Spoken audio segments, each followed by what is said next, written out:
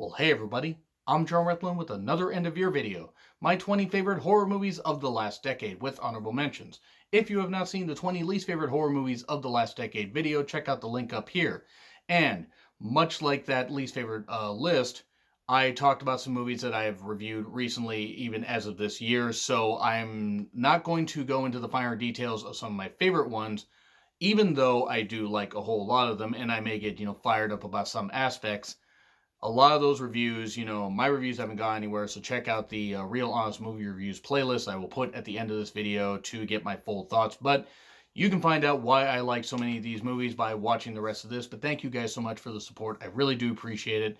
And we're almost at the end of the year, the end of the decade. It's hard to believe, isn't it? But here's some honorable mentions. We get Scream 4. I like Scream 4. There are some people that didn't. I did. I thought that Scream 4 was pretty goddamn good. Sure, was it a little disjointed? Sure. But it had a lot of really good people in the cast, and sure, it should have maybe gone with the newer cast more so. It didn't, and I don't think we're going to get a Scream 5 out of it, and if we are, I don't think it's going to be very good. We then get to The Awakening. I like The Awakening. I thought it was nice and supernatural and everything and spoopy. Paranormal Activity 3, a lot of people are down on the Paranormal Activity movies. I enjoy them, at least till about number 4. I mean, and I recognize there are some people who don't like them. I like Paranormal Activity 3 and thought it had some pretty good jolts, especially for a cheap movie like that. And then we go to VHS 2, Electric Boogaloo. Pretty creepy, especially that one about the Indonesian death cult. Good lord, that short was amazing. It was longer, but it was goddamn amazing. And then The Crazies. I enjoyed The Crazies, the remake of it. It was very, very good. Well done. Well acted. Well shot. Pretty good makeup effects. And then Scary Stories to Tell in the Dark. Sure, you could argue that that movie wasn't really necessarily scary, but for PG-13 horror and for something that could scare some kids and preteens, this is pretty damn good. And did stay true to the source material. And now let's get to number 20. Paranormal Activity 2. Once again, Electric Boogaloo. I thought it took everything from the first Paranormal Activity movie and just jolted it up like crazy. This took place around the same timeline as Paranormal Activity 1, easy for me to say, where actually these were the events that took place just before all the stuff that happened with Katie and Micah. Katie Featherston, by the way, who I absolutely love. I think she's great. And this was really good. I really liked the kitchen scene. I thought the kitchen scene was tremendous, where the mother's just sitting in there and everything, and the ghost is trying to scare her. So it's burst everything open, burst all the cabinets open and stuff like that, because the ghost is haunting them. This was really good. It was a really good movie. I like the fact that Katie, who was possessed at the end of the first one, because they went with that ending, which is good because they got a franchise out of it that they milked fucking dry, especially by Paranormal Activity: The Ghost Dimension. Oh boy, that movie. But I like how they went with the end with, Katie just being possessed and everything, snapping the neck of the dad, killing her sister, taking Hunter along with her. Because the whole thing is that she's possessed by a demon that takes the firstborn after they make the deal, for wealth, power, whatever. And that was something that was touched on in the movie. But I like Paranormal Activity 2. I thought it was a very, very fun sequel. Then we get to number 19, Annabelle Creation. If you would have told me that Annabelle Creation, after I hated Annabelle, like I pretty much hated that movie, like it was dog shit. If you told me Annabelle Creation was going to be, one of my favorite movies of this decade, at least horror movie wise, I would have laughed at you. Because I hated the other Annabelle. But you know what? Annabelle Creation was goddamn good from the opening. Seeing the girl getting hit, trying to go chase after something when the parents were changing a tire, to all the stuff of these kids arriving at this, at this house that's been turned into an orphanage, to the Annabelle doll, to the explanation of how the girl became like she was for the Annabelle movie, the one girl who was, part of that, that devil cult and stuff like that, and the one that ended up killing her parents and said, I like your doll. I like your doll, in case you didn't hear that. And the one that, bled the demonic blood into the Annabelle doll, that created the Annabelle doll from being that way, or created the Annabelle doll, or made a new Annabelle doll or something like that. The whole point is this is all about Annabelle's origin and everything. And it was pretty goddamn good. Sure, it's a little bit convoluted and stuff like that, as I tried to explain pretty badly, but I really enjoyed this and thought it was scary, atmospheric, and really good. And then we get to number 18, the Evil Dead remake. I'll rip your soul out, Daddy. I'll rip your soul out. That was a pretty good scene. was a pretty good scene. This is very visceral, very well done. It had a few comedy elements to it, like dark comedy elements, but this was mainly straight horror, and it was good. It was really good. I mean, there's of course living up to the reputation of the Evil Dead 2, and Army of Darkness, that kind of stuff. But this was more straight horror. It was really good. It was again very visceral, it did not pull any punches, and it was pretty goddamn good. Pretty goddamn scary. I didn't think it was as scary as everybody said it was, but I did definitely think it was scary. It definitely earned its reputation. Then we get to number 17, Let Me In. Okay, Let the Right One In. In all honesty, probably should have been on here, but I think that one actually came out last decade. Let Me In was a fine US remake. Was it as good as the original? No. And I'm not here to say that. But it was pretty damn good. Chloe Grace Moretz, this pretty much started her career. She's gone on and had a pretty damn good career since. Maybe need to get out of the horror movie stuff that she's been typecast in, but she is a bright young actress that is going to excel for years and years. I think she has a very bright future. And it was nice to see her in this movie, and there was some pretty good imagery and some pretty good... It was really kind of a shot-for-shot remake, of the original. But they put some spins on things. It, again, was not as meaty, so to speak, as the original, but for the US, I enjoy it and thought it was quite good. We get to number 16, A Quiet Place. Fucking great from the opening bit of, the girl who was actually apparently deaf. The girl that played the daughter was actually deaf, and they had to learn sign language, ways to communicate with her. And the son that ends up getting dispatched because he's playing with a toy that makes noise. And there's creatures, by the way, around. They hunt by sound and kill. And I will tell you this, I was calling this A Quiet Place for The Last of Us because the creatures kind of reminded me of the clickers in The Last of Us. And also John Krasinski, who starred and was also the director, was dressed up like the dad from The Last of Us. But honestly, this movie was great. It was actually kind of funny when I was watching it in the theaters or watching it in the theater. And what was hilarious is everybody... nobody wanted to make any noise. When you make any noise, creatures are going to attack you. Suddenly some music kicks up. And everybody suddenly starts, drinking their, eating their popcorn or opening their snacks and stuff like that. It's like everybody was so invested in it. And I said, oh, this is going to be good. And it was a good movie. It was a very, very good movie. Very scary. They're doing the second one. I don't know how I feel about that, but hopefully it'll be good. But let's just go on with the rest of the list. Number 15, Halloween 2018. Divisive. Didn't really like what they necessarily did with the doctor going evil for a little bit and then getting dispatched. But I thought as far as Halloween sequels, this was the best one. It did great work. They did great stuff with making sure that they got the most out of the Michael Myers, aura and everything. They encapsulate his aura and his character very well. Sure, I don't know if maybe doing this as a setup for another sequel, actually 2 sequels, is the best idea.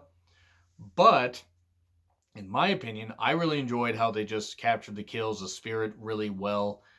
Sure, there are issues I could have with it, honestly, but I really, really liked this version of Halloween. I was excited to see it, and I loved it pretty much from beginning to end, even issues aside.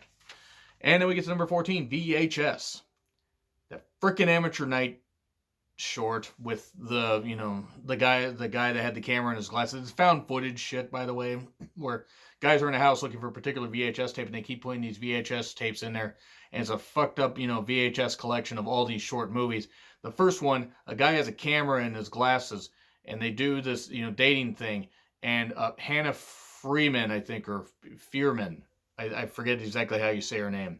But she is the one girl who keeps saying, I like you, this kind of stuff, like just the creepy, quiet one and stuff like that. And that short, I didn't like it. I mean, I liked it, but I didn't like it because it made me uncomfortable. And it was like the girl ended up being a succubus and ended up attacking and ended up dispatching the guy. And it scared me. It actually did. I cannot believe that actually scared me, but just something about it did. Now, there were others in there that actually kind of chilled me a little bit.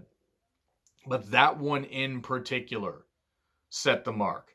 The second short about the couple and the person stalking them was a little bit but This movie overall, for all the shorts, was absolutely great. It was one of the few anthology movies that I really, really enjoyed. Now, fucking Amateur Night short, once again, scared.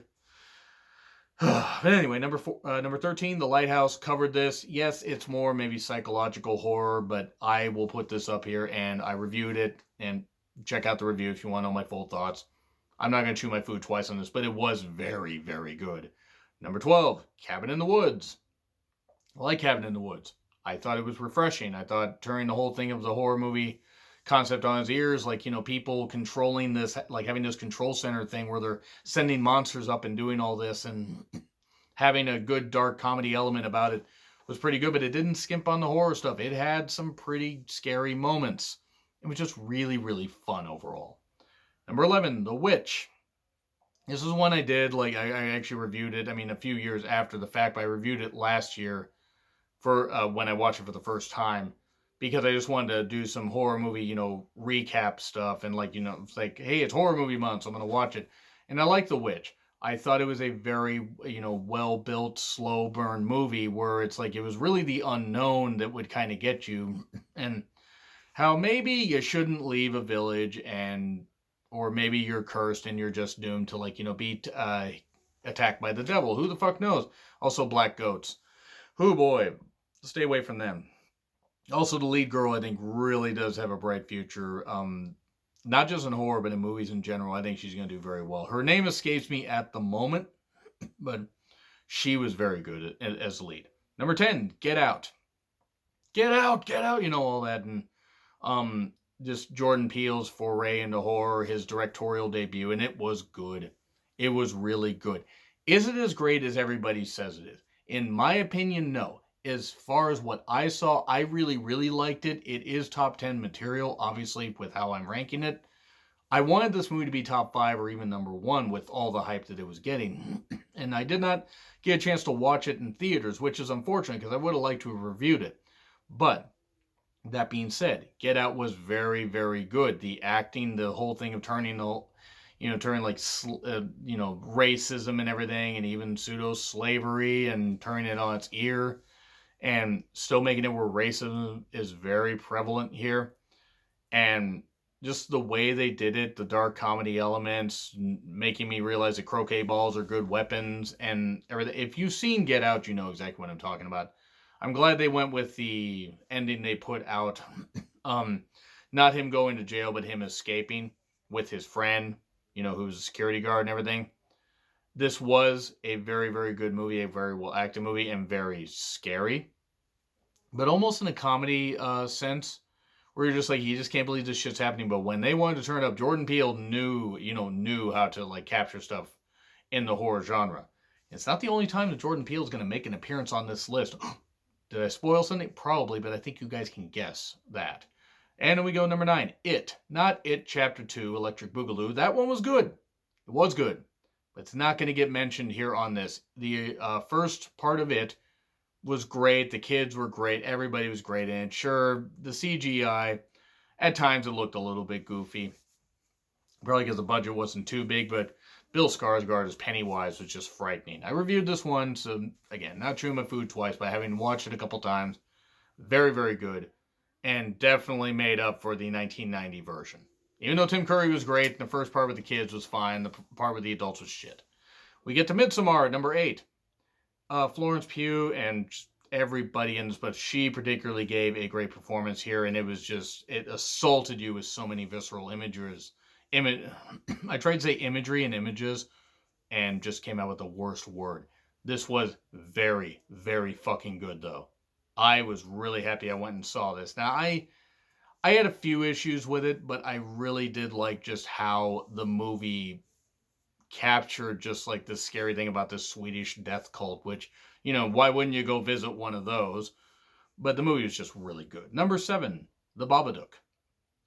A mother loses her husband, has to raise her kid on her own. The kid is a bit annoying, and also dealing with the fact that he doesn't have a father.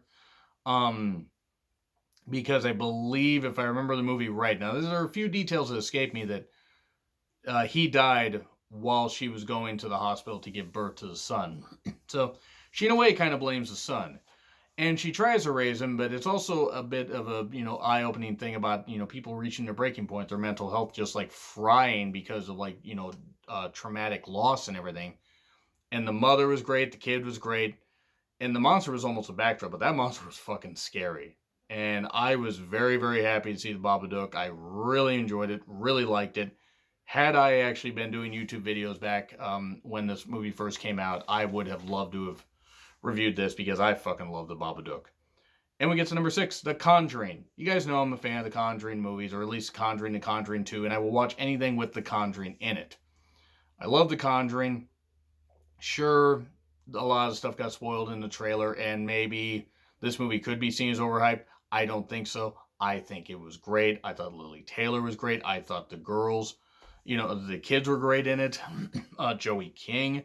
This is the movie that made me realize, hey, as she grows up, she can definitely be a big star in Hollywood. She just got to get out of these horror movies and maybe do some other stuff, or at least do some good horror movies like this.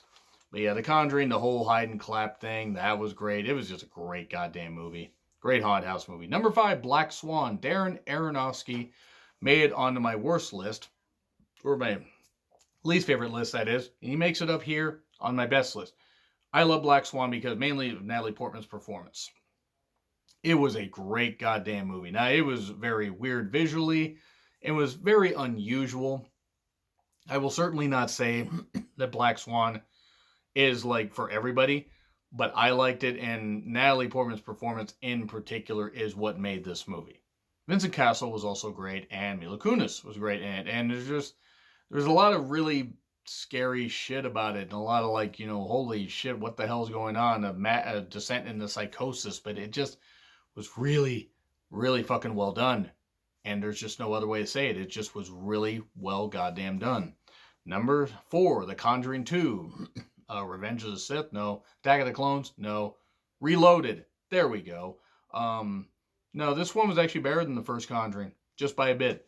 The setting where they were in the UK, the fact that the ghost was a lot scarier. It was, of course, Valak, the vile deceiver, the nun ghost that they reference, of course, in The Nun. I know that might be blowing your guys' mind. And I actually have The Nun. Even though I didn't care for The Nun all that much, and even though outside of the 2 Conjuring movies and Annabelle Creation, a lot of the Conjuring movies aren't all that great, I actually have all the Conjuring movies on Blu-ray besides The Curse of La Llorona. I need to get that at some point. And Annabelle Comes Home.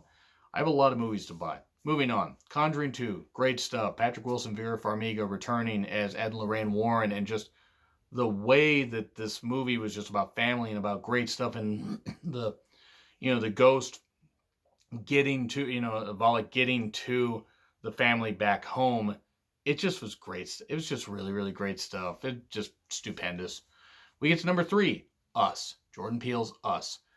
I know there are some people that did not like this. I did. It reminded me of like a pumped up Twilight Zone episode, and reminded me of just something that was really, really fucking well done and had a lot of thought put into it. The twist, you can see coming a mile away. Of course you can. But the fact that everybody's got a clone of themselves and that all this shit's going on, it's just really, really interesting to see how they managed to get all this stuff done. Like how these clones managed to do this coordinated attack despite not being able to talk, except they had one person that could talk because there was a whole switcheroo thing, and it was actually pretty goddamn good. Really, really goddamn good. Damn good. Just damn good. But let's get to the last 2. Hereditary is at number 2. I know the Hereditary is divisive among a lot of people, but you know what? I thought Toni Collette did an amazing performance in this. Ari Aster showing that he understands horror and actually did Midsommar as well, so that was a great follow-up to that. But Hereditary is about family loss, a really, really shocking twist to start the second act, and it was a jaw-droppingly really good movie. Sure, the supernatural stuff and everything, the goofiness was a little bit, I guess, ridiculous for a lot of people, but you know what? I liked Hereditary and thought it was a lot of fun, and I really enjoyed doing that review as well. As well as number 1, Suspiria, or Suspiria. Suspiria, I forget exactly how you pronounce it. The whole point of this is a remake or reimagining of the Dario Argento classic from 1977 And I was a little bit nervous to see what they were going to do with this, because I was like, okay, you can flesh some stuff out on that, because as good as that Dario movie was, there were certain things that I felt they could have, fleshed out a little bit more. No, I'm not talking about the meaty bits and the violence, but some story aspects.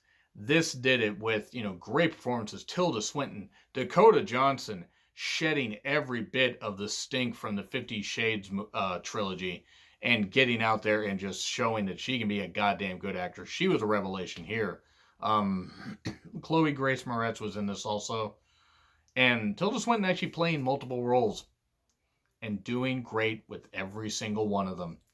The acting was great in this. There's a lot more people in the cast. Go check that out. But it's, check out the IMDb. But Dakota Johnson in particular was great. And it's about, a girl going to a dance school in Berlin during the whole, the whole Berlin Wall thing. And it's a dance school run by witches, because of course it is. And there's a lot of scary, chilling stuff about this, and a lot of violence where they don't pull back. There was a cool dance scene and hooks and everything. And at one point, Dakota Johnson doing this interpretive dance, and a girl with the character name of Olga, and I don't remember the actress's name, even though she was really good. She gets her body twisted up and everything and all that, and that was really violent. There's a lot of really good shit about this, but I'm going to end this list right here, because I want to know what your favorite horror movies of the last decade are. And let me know in the comments. Like, share, subscribe, Twitter handle in the description. I'm John Ritlin. I'll see you soon.